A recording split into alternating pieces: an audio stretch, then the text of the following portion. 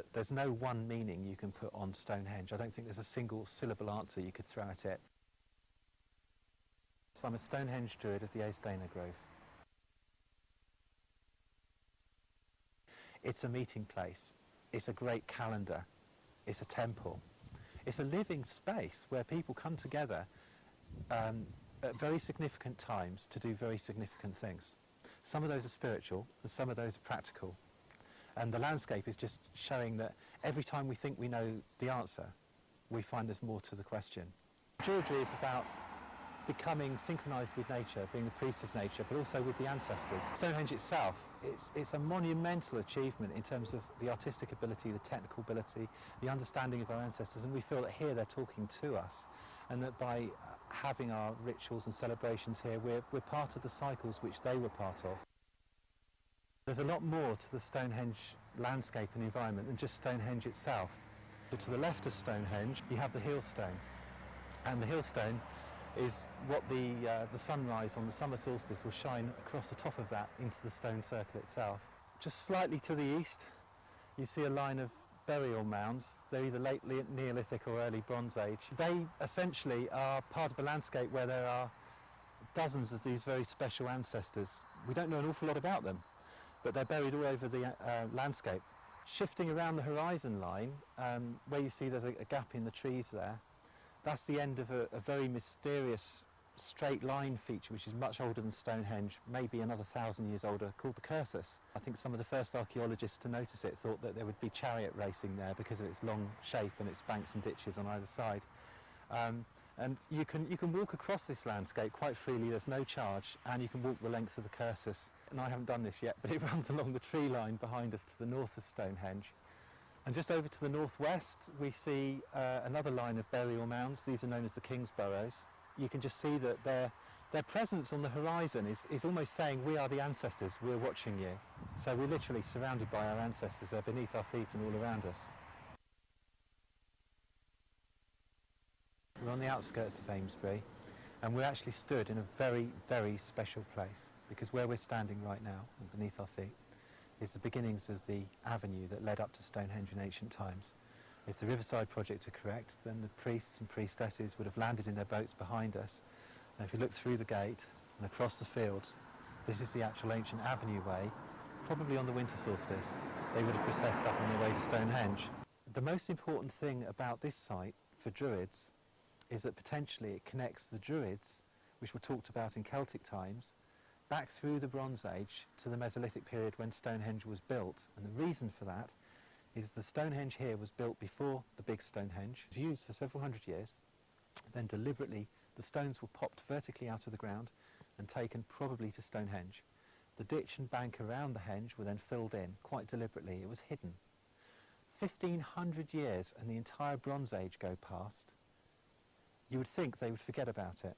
However, the people at the time managed to remember about this secret hidden henge, go back and reconstitute it at the end of the Bronze Age, beginning of the Iron Age, and start using it again, putting wooden posts back in place of the stones that were there before, and that's the Druid period that we all accept.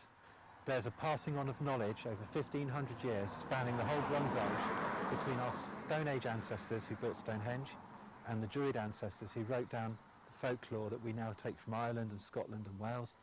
And that means that that folklore possibly has earlier origins going right back, and we should now be looking at it as a serious study, and we shouldn't be laughing at the Druids with their connection to Stonehenge anymore. The blue Stonehenge stood there up against those trees. The tree lines actually mark the centre of the circle. The far side is actually on the riverbank now, and the near side is what was excavated a few months ago. The River Avon flows behind that. It's very, very beautiful. It just meanders along. All rivers in the ancient world, in the sacred landscape, are sacred in themselves. They carry the life force of the Earth Mother. The source of most rivers are considered to have a goddess present, where people would hang rags on trees as little gifts. The other interesting thing about British rivers is that their names are the oldest words in our language. So for example, here we are on the Avon, the River Severn. Names like that are pre-Celtic and possibly 7,000 years old. And they've survived all the incursions and different cultures that have come. We've never changed the name of our rivers. So they're sacred places, they're places of spirit, and it's very easy to imagine people getting very excited on the eve of summer or winter solstice, floating in their boats, disembarking here, lighting a great bonfire and sitting in their standing stone circle, gathering in the energies and focus of the ancestors before processing up to the great henge. For us as Druids, Arthur Cowes and myself, we came here and we did a very simple little ceremony. We didn't want to interrupt the magic of the place. It's been untouched since it was last covered up.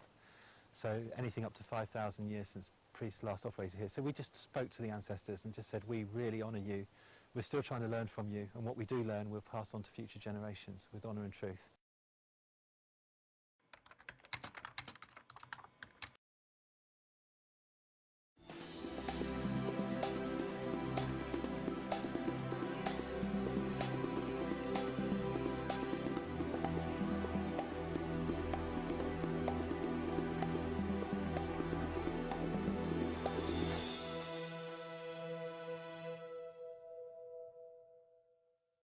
Do you have any food reserves in your home right now? How long could you provide food for your family if the food supply was cut off? A month? A week? 3 days?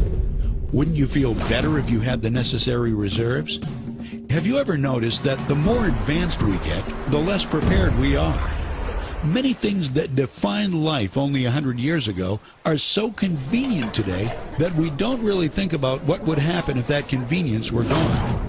Consider how we get our food. We just go down to the grocery store and grab a few things.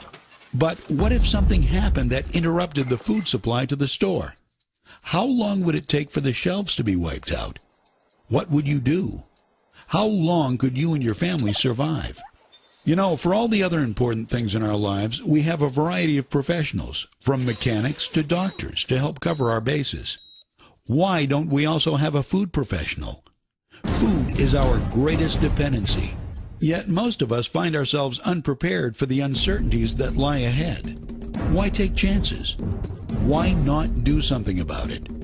You've already taken the first step. Keep moving forward with this tour, and we can help you put a plan together and even show you how to get your food for free.